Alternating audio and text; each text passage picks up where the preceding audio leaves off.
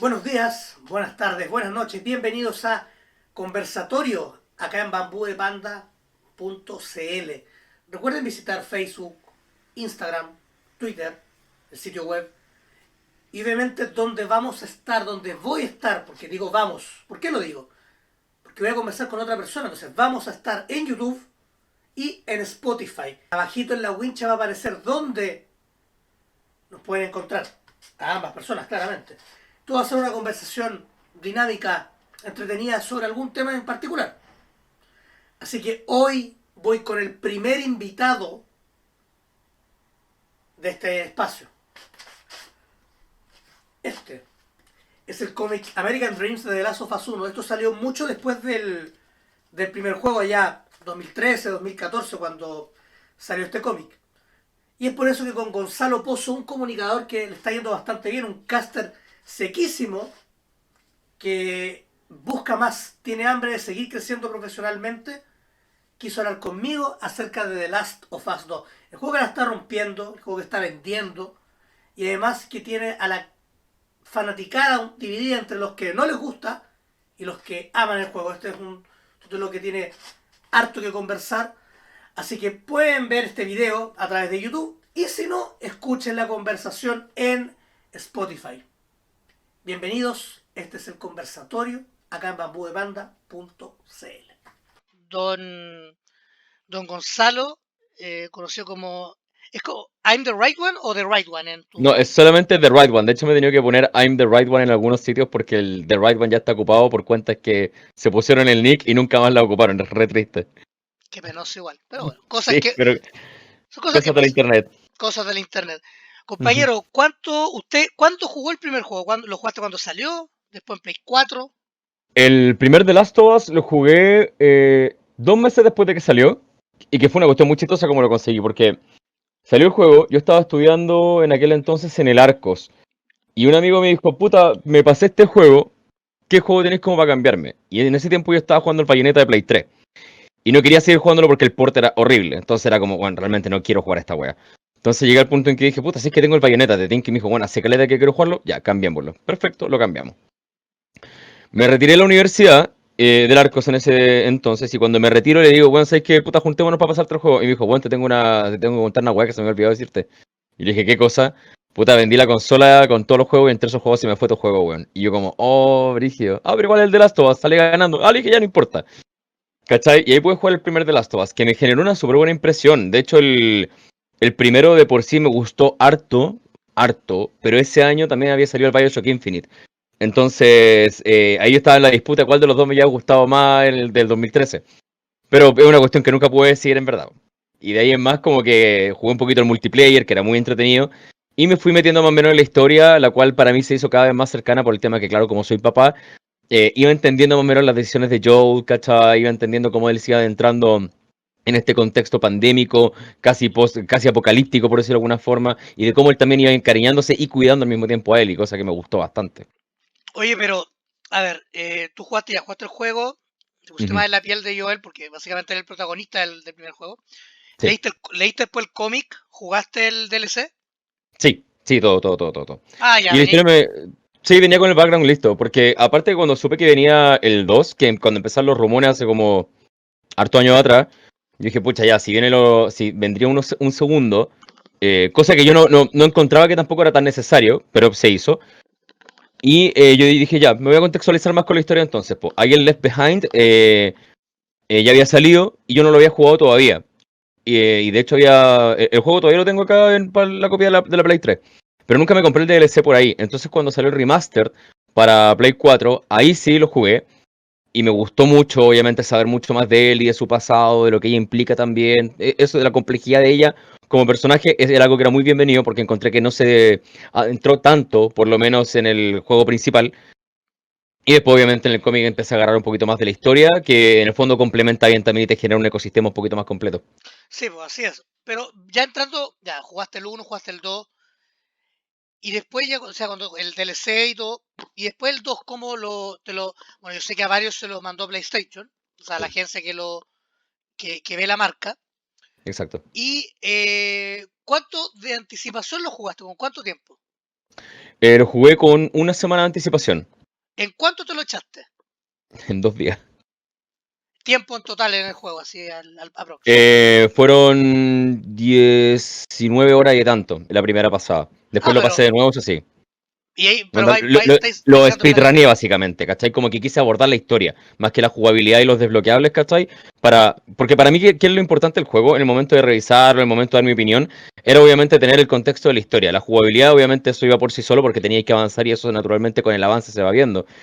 Y los desbloqueables uno sabe que están, al encontrarlos uno sabe que existen, entonces eso es un perk importante que te entrega el juego también. Pero claro, yo quise pasarlo rápido para entender la historia y poder tener una opinión pronta antes de la salida del juego. Así que más o menos por eso lo pasé relativamente rápido. Bueno, igual es un juego que no es tan complejo, no es tan difícil. Ujú. De Eh, hecho, sí.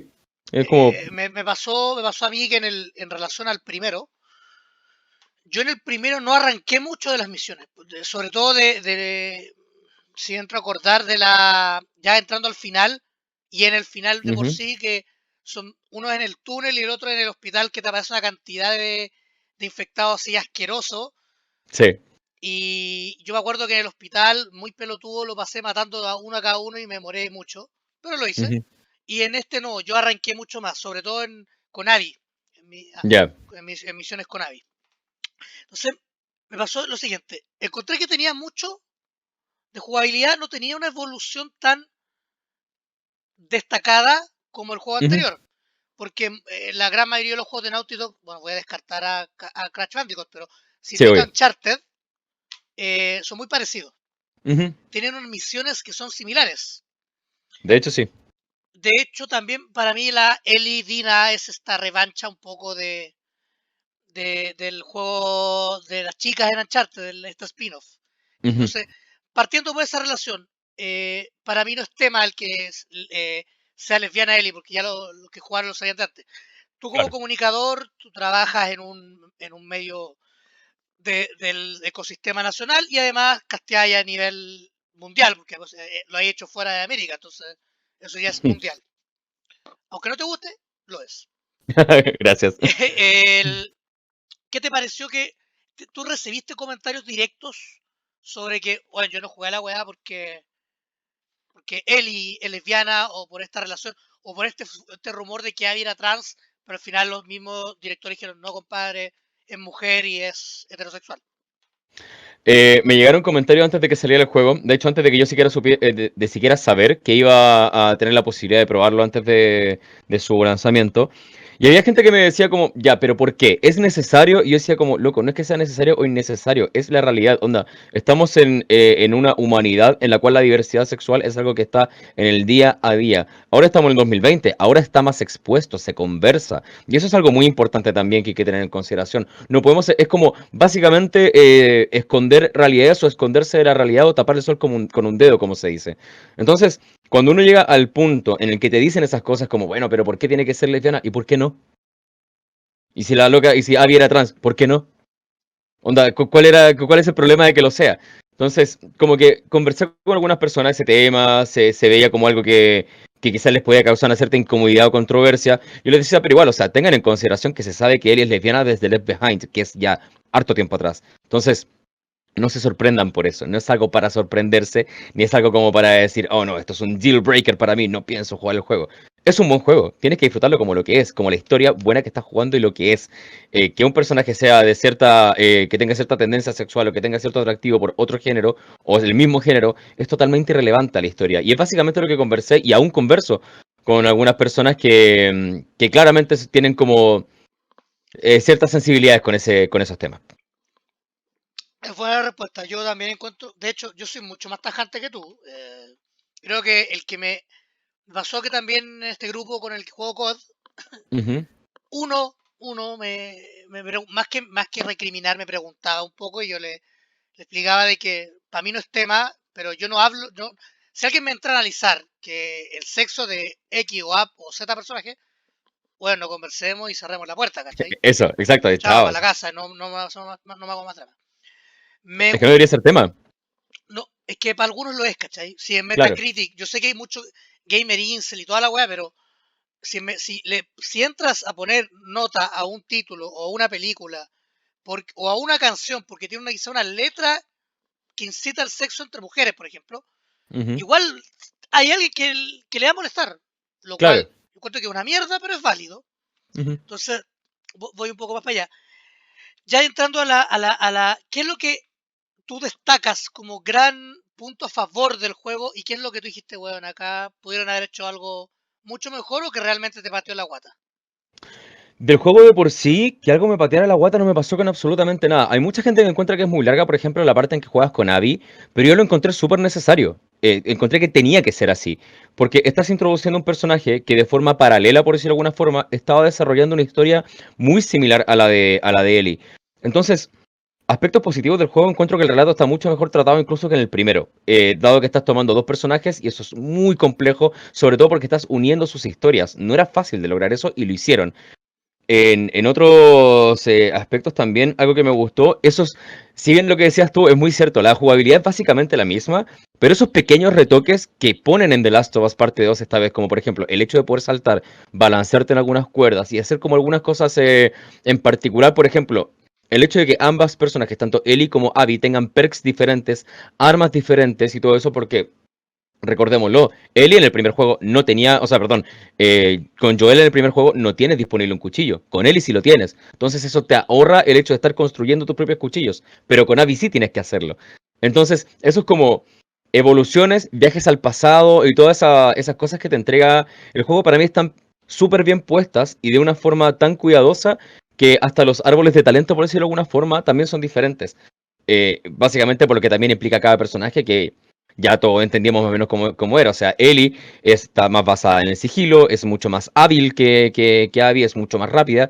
Y Abby, por otro lado, es mucho más potente, es mucho más de dar cara, ¿cachai? Y bueno, es cosa de minuto uno de verle los brazos. O sea, tú, ¿cachai? Al tiro que está loca, si va a ir al choque, lo va a hacer. Ellie te va a dar la vuelta, te va a encontrar desprevenido y te va a hacer, pero pebre. Esa es como su diferencia. Y volviendo al tema del relato, que es como que la parte que a la gente más le ha molestado y la historia en sí, creo que la historia es buena, o sea, realmente a mí la historia me gustó muchísimo.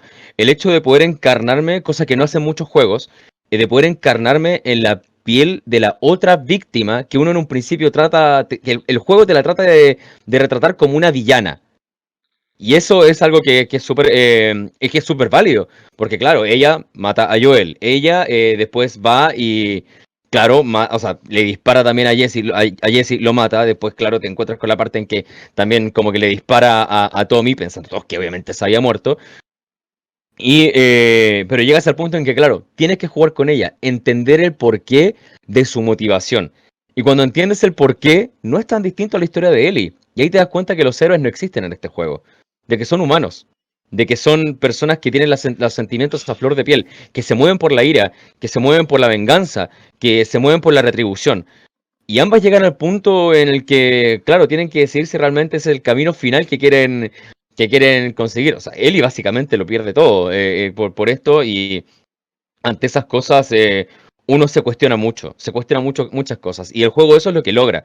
Te pone al ser humano como un ser tan frágil, vulnerable a sus propios sentimientos, que te encuentras con encrucijadas que son difíciles de imaginar y digerir cuando pasan en la vida real.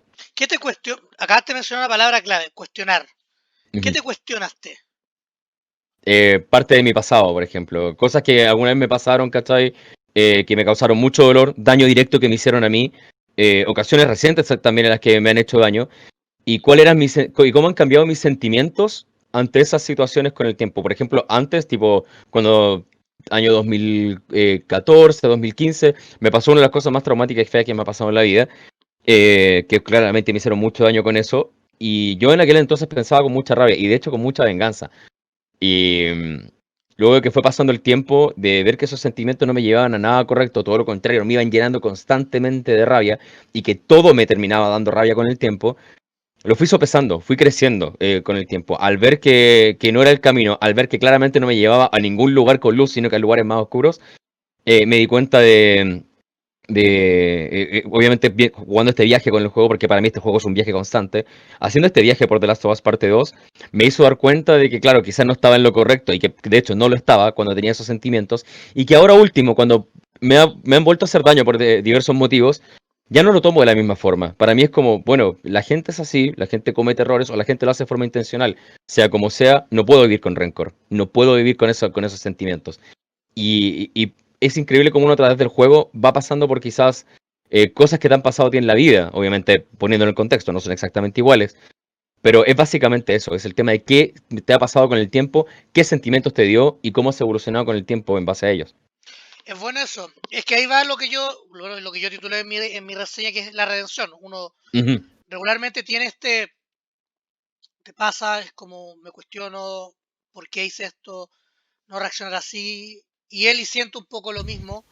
ujú. Eh, Efectivamente, claro, yo cuando jugué con Abby, iba en el día 1 de Seattle, decía, chucha, espérame, con él le jugué 3.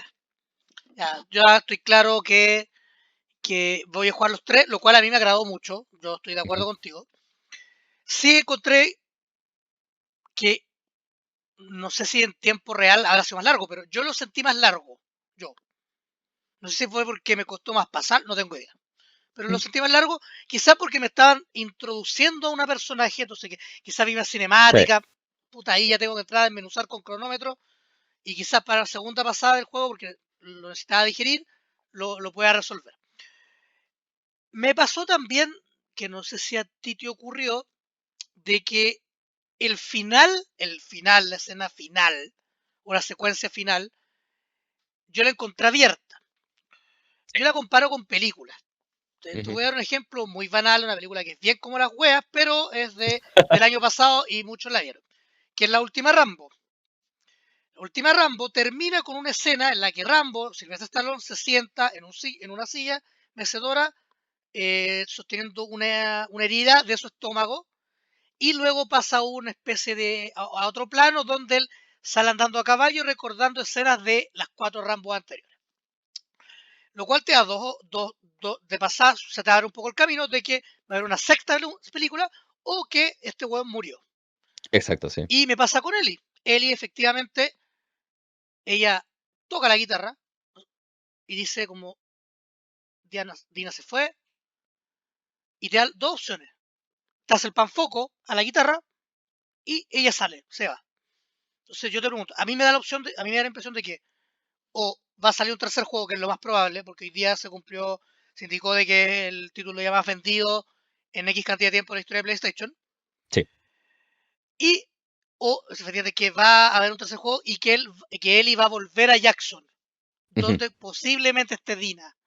O la va a ir a buscar a otro lado porque quizás la encontró a otro lado. Pero pero me dio algo, entonces no fue como el primero, que fue algo cerrado, ¿cachai? ujú, Entonces, como que bueno, la historia y pa, y corta. Y exacto. este juego podría haber sido de Ellie, o sea, de Abby tranquilamente. Entonces, no sé Ujú. qué te parece a ti. ¿Te parece que es un final abierto o un final súper cerrado? No, un final abierto. De hecho, es muy distinto al primer The Last of Us en ese sentido, porque, de hecho, lo dije cuando hice mi reseña, que The Last of Us 2 era un juego que no sabíamos que queríamos hasta su existencia, hasta que supimos que estaba ahí. Cuando dijimos, ya, viene un The Last of Us 2, ya, ya, perfecto, yo quiero jugarlo. Pero si jamás hubiesen anunciado nada, tranquilo nos quedábamos con el primero. Más aún después de Left Behind. Nos quedábamos tranquilos con eso, pero sacan esto y todos dijimos, como, ya, perfecto, lo queremos jugar. Esta vez no es el caso. Encuentro que el hecho de que Ellie se vaya de la casa, deje la guitarra ahí, se haga el desenfoque que dices tú, que claramente es un toque cinematográfico, pero on point en ese sentido, se va caminando hacia afuera de la granja y uno dice, ¿y a dónde va a ir ahora? ¿A dónde va a ir? ¿Se va a ir a otro lado? ¿Se va a autoexiliar, dándose cuenta que lo perdió todo por el camino de la venganza? ¿Perdió su familia básicamente por seguir el camino de la venganza? ¿O va a ir a Jackson a pedir perdón? Con las lecciones que aprendió con este último viaje a California, que fue, me parece que sí, a California que fue. Entonces, Santa Bárbara.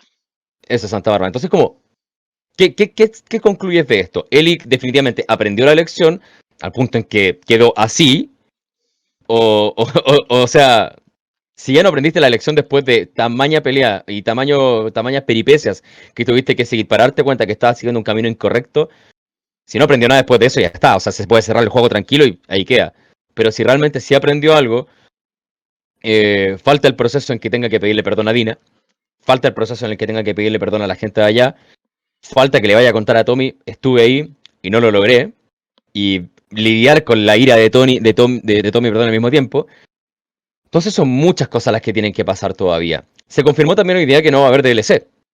Ya dijeron que no va a haber DLC. Neil Druckmann dijo el otro día, lo entrevistaron y dijo, no, no tenemos ningún plan para extender la historia, por lo menos en este título. Y de momento no tengo ideas como para sacar un tercero. Entonces todo está en stand-by.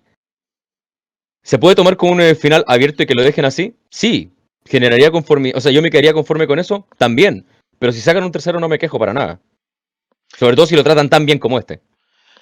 Yo creo que va a haber. No van a. Normalmente los juegos de Naughty Dog generan historias finales más cerrados dependiendo del título, que pasó con Uncharted Ujú. 4 y bla bla. Que básicamente dijo, yo me retiro compañero, mi hija quedó ahí a cargo del buque, así que ella Exacto. haga toda la pega. Compañero, ¿se queda con el original o se queda con este? Me Se le quedo hace con el elegir. segundo. Se queda con el segundo. Sí. Usted de los que dice que la secuela puede ser mejor que el original. Sí. Es extraño porque no me pasa. Casi nunca me pasa eso. Imagínate con mi saga favorita, por ejemplo, que es Bioshock. Para mí el 2 es un gran juego. Es realmente muy bueno Bioshock 2 y muy infravalorado. Pero no es el mejor entre los tres. Para mí el primero, o sea, el Bioshock Infinite para mí el mejor, después el Bioshock y después el Bioshock 2. Y de hecho, incluso para mí Minerva's Den, el DLC de Bioshock 2, es mejor que el mismo Bioshock 2.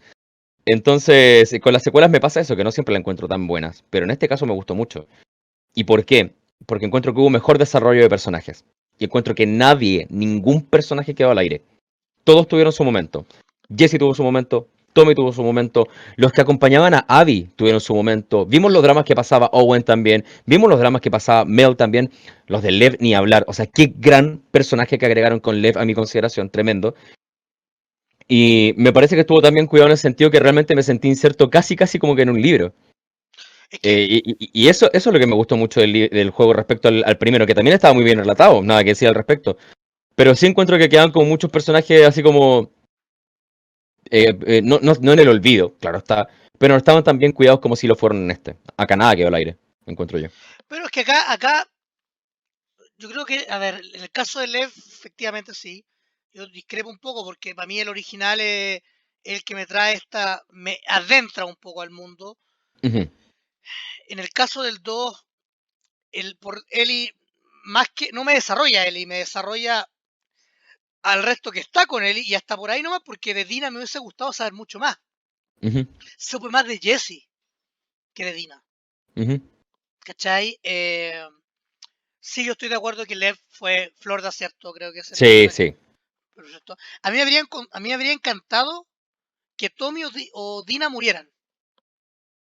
Igual me pasó eso, Le habría ¿sabes? dado un poco más de peso a la historia, Ujú. pero claro, son guas que uno de repente tiene esos delirios medio místicos, pero me habría Aparte gustado. que igual ambos tenían un factor que cumplir al final, o sea, de hecho está la coyuntura entre de él y ya todo lo que pasa al final, en decir, perfecto, me quedo con Dina o le hago caso a la promesa que le hice a Tommy. Entonces como que tenían que quedar ambos vivos para que se diera esa coyuntura y que fue básicamente el quiebre de la historia, o sea, es lo que genera básicamente el argumento del por qué pasaron por qué pasó todo lo que pasó al fin y al cabo. Lo que pasa es que, claro, que cuando llega Tommy a la mesa de la casa de Dina con Ellie, este weón saca el mapa y dice, bueno, bla, pasa la weá, que mi amigo se encontró con esta mujer musculosa y el cabro pelado con la cicatriz en la cara.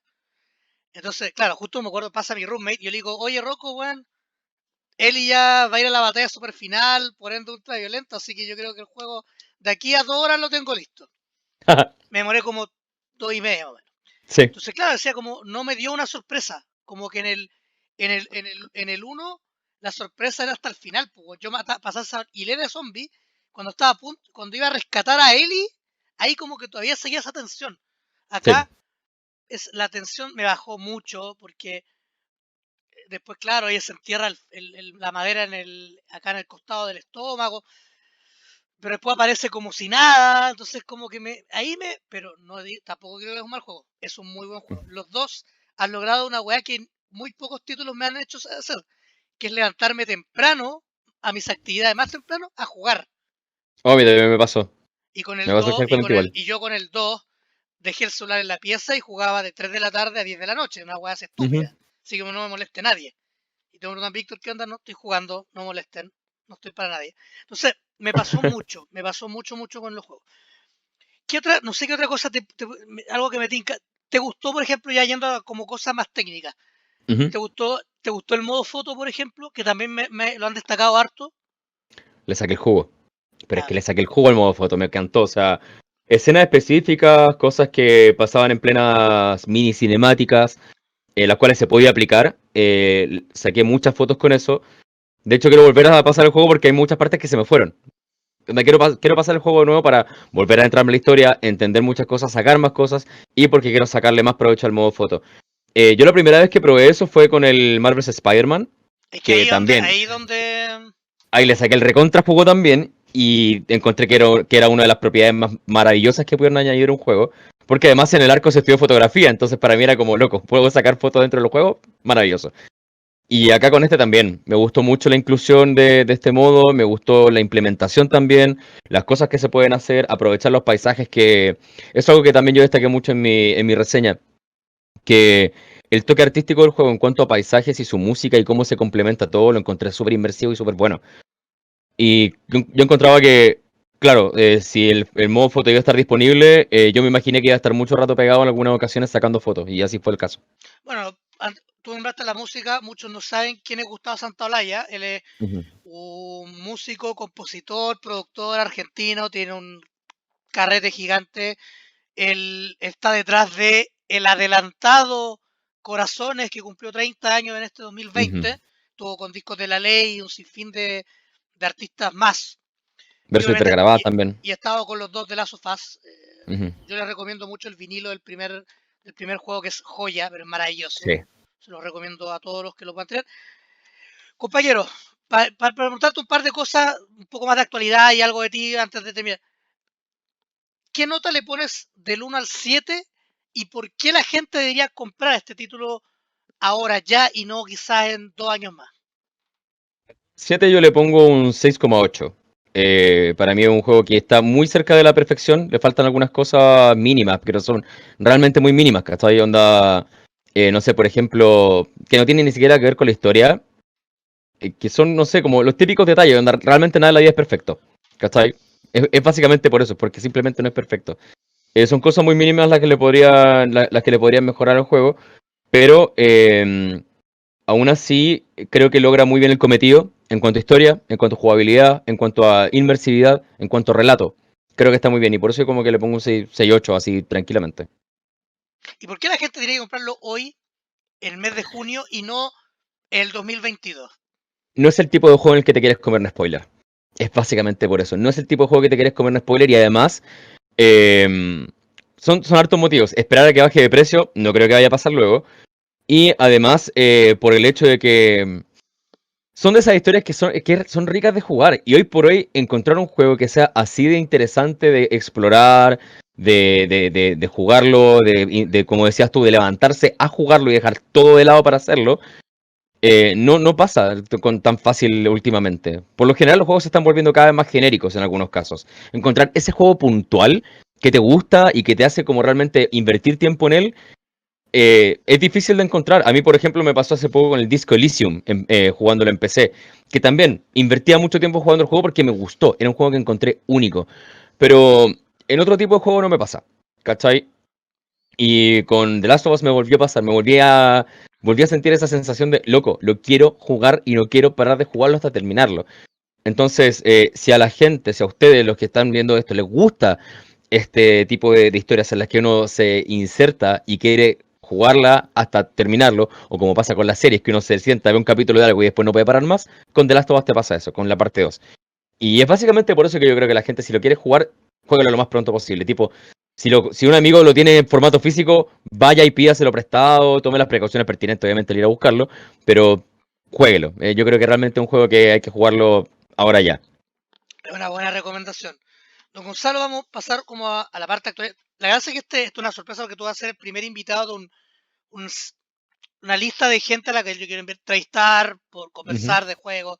Todo era podcast, va a ir a YouTube, así que tú eres el primero, lo cual yo lo encuentro bacán porque uno, eres una persona que yo encuentro que tiene un futuro gigante, gigante, y segundo, porque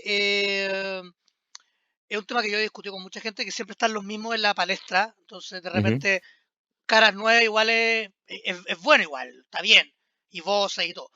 Compañero, pasando un poco a actualidad, usted en este minuto yo lo puedo ver a través de etcétera, de vez en cuando, lo puedo ver Ujú, en la internet, en la liga, en la LVP, que es de la liga de Entel junto a Elmo, ujú. ¿no?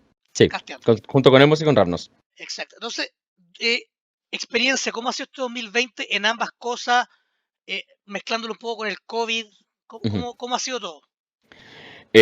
Ha sido una suerte grande que a pesar de todas las cosas que estén pasando he podido mantener estos trabajos, los cuales naturalmente siguen andando, siguen rodando.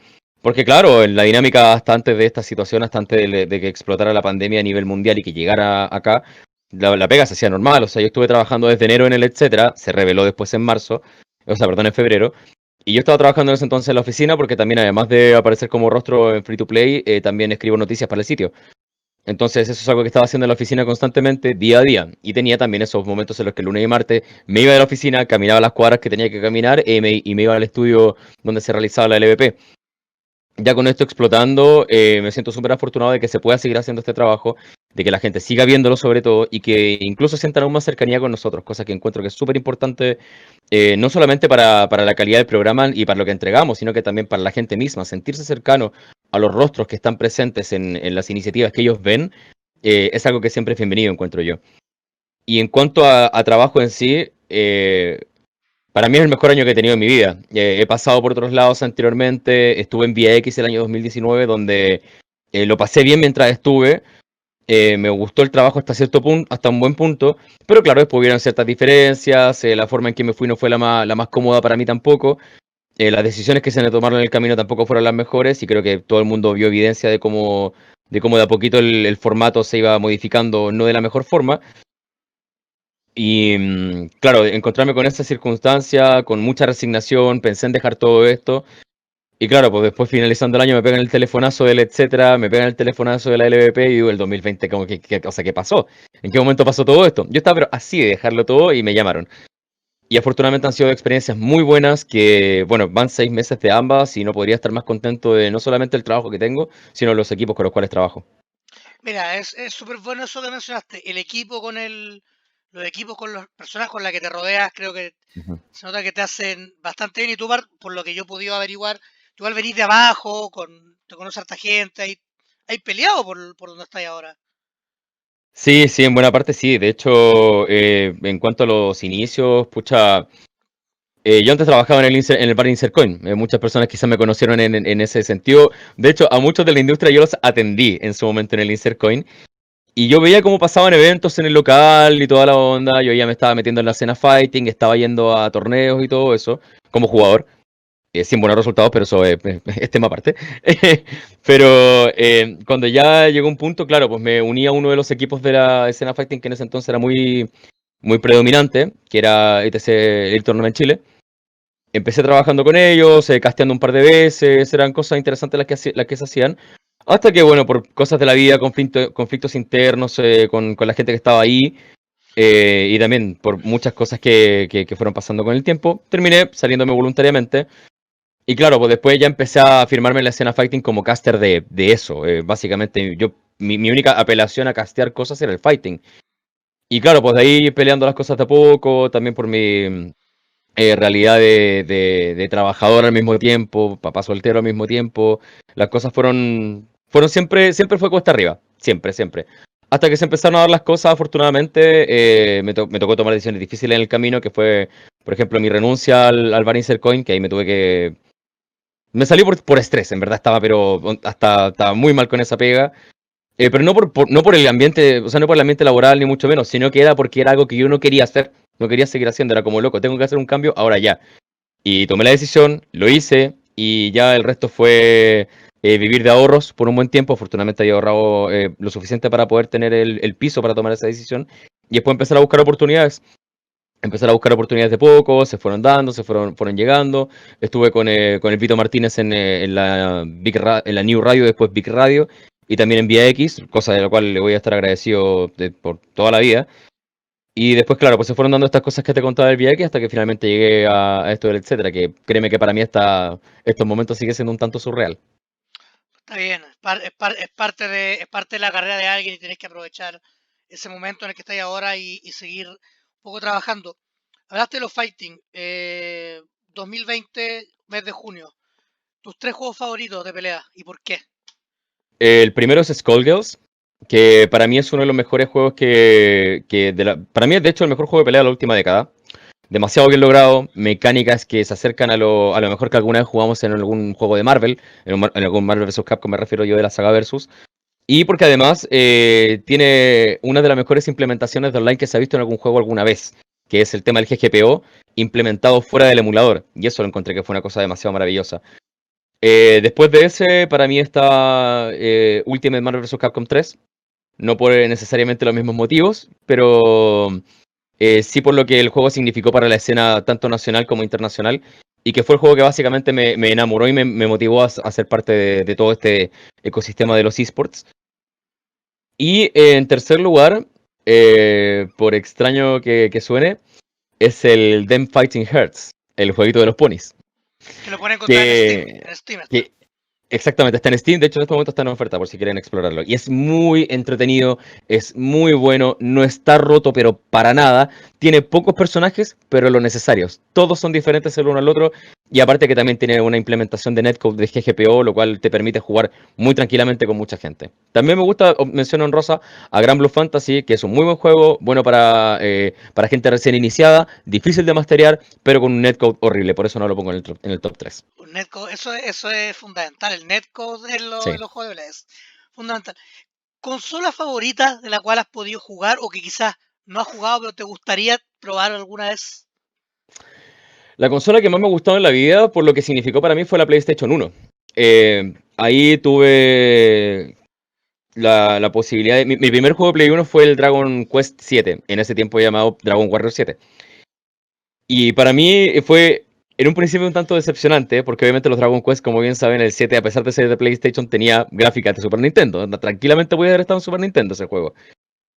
Y yo decía como, pucha, que fome, que mediocre, yo quería más gráficos, pero al ir entendiendo la historia y todo eso me di cuenta que era un gran juego y me encanté con la consola gracias a eso. Y después jugué Final Fantasy IX, que es probablemente mi Final Fantasy favorito hasta la fecha, y que ahí me di cuenta de todo lo que era capaz de hacer esa consola y de ahí más fue comprar juegos, comprar juegos, comprar juegos y cada cual más bueno que el otro. O sea, después pasé por Final Fantasy VIII, Final Fantasy VII, eh, por tantos juegos más, también por ejemplo los Resident Evil, Parasitive, entre tantos otros más que los Tony Hawk, por ejemplo, que a quien no lo jugó, hasta los Winning Eleven los disfruté mucho en aquel entonces. Entonces fue una de las consolas que más tiempo me dio de entretención, porque además la tuve por un tiempo prolongado de tiempo. Lo tuviste por harto rato. ¿Planes para lo que viene en el segundo semestre del 2020? Eh, Mantener el trabajo, seguir siendo mejor cada día. De hecho, mi meta de todos los días es terminar el día mejor, como mejor persona de lo que lo empecé. Un lema que tengo para toda la vida y que lo practico dentro del trabajo, fuera del trabajo y es una cosa humana. Primero que todo eso, terminar tratar de ser mejor de lo que soy ahora, aprender más, seguir creciendo con eso y ojalá que ya entrando en un contexto un poco más favorable a nivel mundial, que esto de la pandemia se controle, que ya salgan las vacunas y que podamos volver como básicamente no a la normalidad, pero sí a la vida un poquitito más extendida que teníamos antes para poder volver a hacer cosas como la que hice a principio de año, que claro, como decías tú, lo que el hecho de poder haber ido a castear a París, que es también hablando de cosas surreales, o sea, es lo más maravilloso que me ha pasado en la vida, en mi carrera como caster, que jamás pensé que pasaría y fue de un día para otro que todo se dio así de rápido. Volver a esas instancias, afortunadamente hice muy buenas amigas con la gente de allá y la gente de España siempre me dice que me esperan con los brazos abiertos para ir a trabajar con ellos en algún momento, así que es otra de las metas que tengo para el segundo semestre y también para el próximo año. Pero ante todas las cosas, seguir trabajando en lo que estoy y ser mejor tanto en la LVP como también en la etcétera, para obviamente que la gente tenga una mejor experiencia de lo que está viendo. Es bueno eso, es bien, bien humilde, piso abajo, o sea, pies en el piso, todo súper. Ujú. Eh, lo último, a través de redes se te ve como alguien que pone a su hijo como lo primero, lo segundo, lo tercero, lo octavo y Ujú. lo 15º. Eh, ¿cómo lo defines a Dante se llama, ¿no? Sí. ¿Cómo lo defines a él en pocas palabras? ¿Qué, Uf. qué le diría? yo sé que quizás no lo escuche, pero ¿qué le dirías al peque? ¿Qué te gustaría que hiciera cuando grande? No sé, algo como papá que de repente te brota, sobre todo por lo que hablamos de The Last of Us 2. Ujú. Para mí él es un ser humano formidable, más allá de lo que he formado en él y que obviamente mis viejos me han apoyado mucho también en el tema de su crianza, también me han guiado mucho en este tema.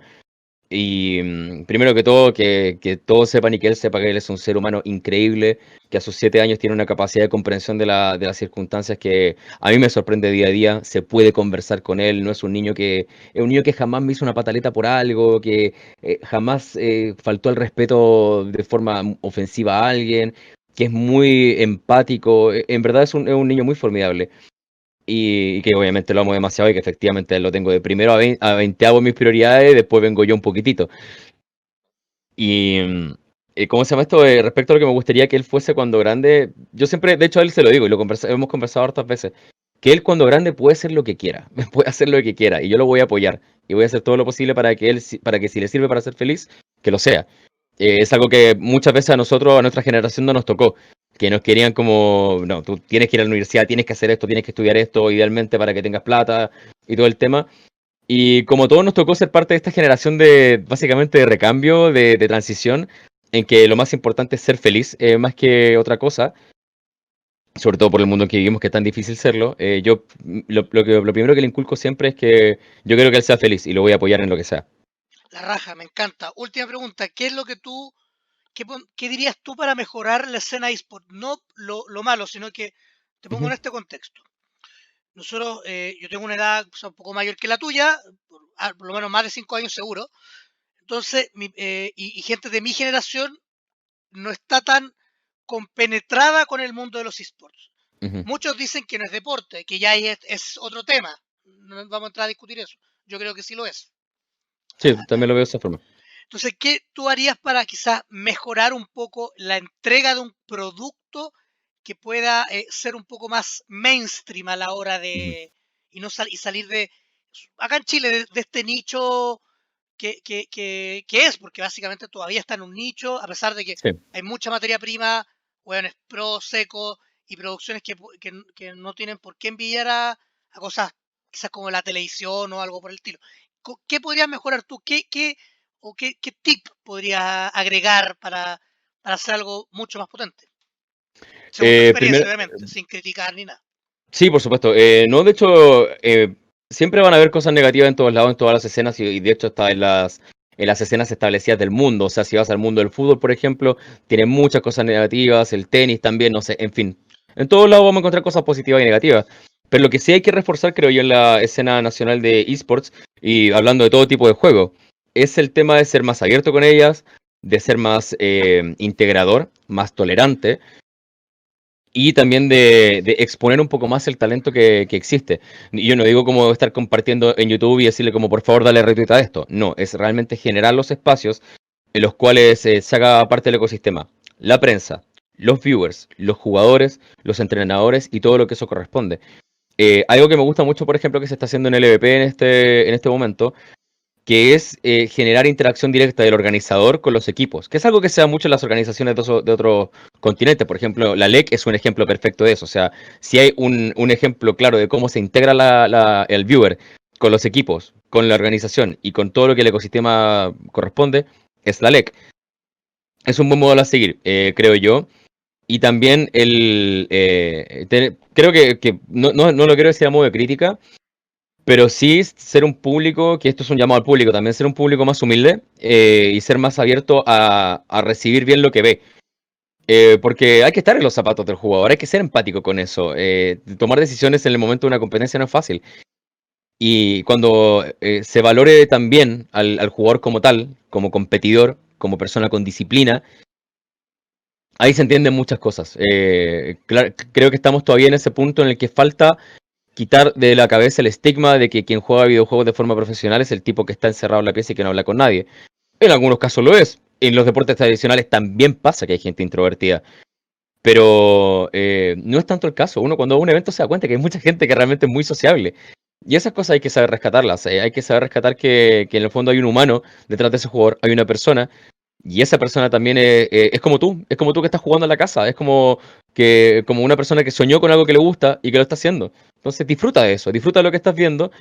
Y respecto a la parte más macro, también por los medios de prensa, ser un poco más abierto con las publicaciones. De repente, si los equipos no te llegan con el pack de prensa, por ejemplo, para publicar cosas, busquen también, pregunten. El boca a boca siempre es muy importante. El perseguir un poquitito la situación.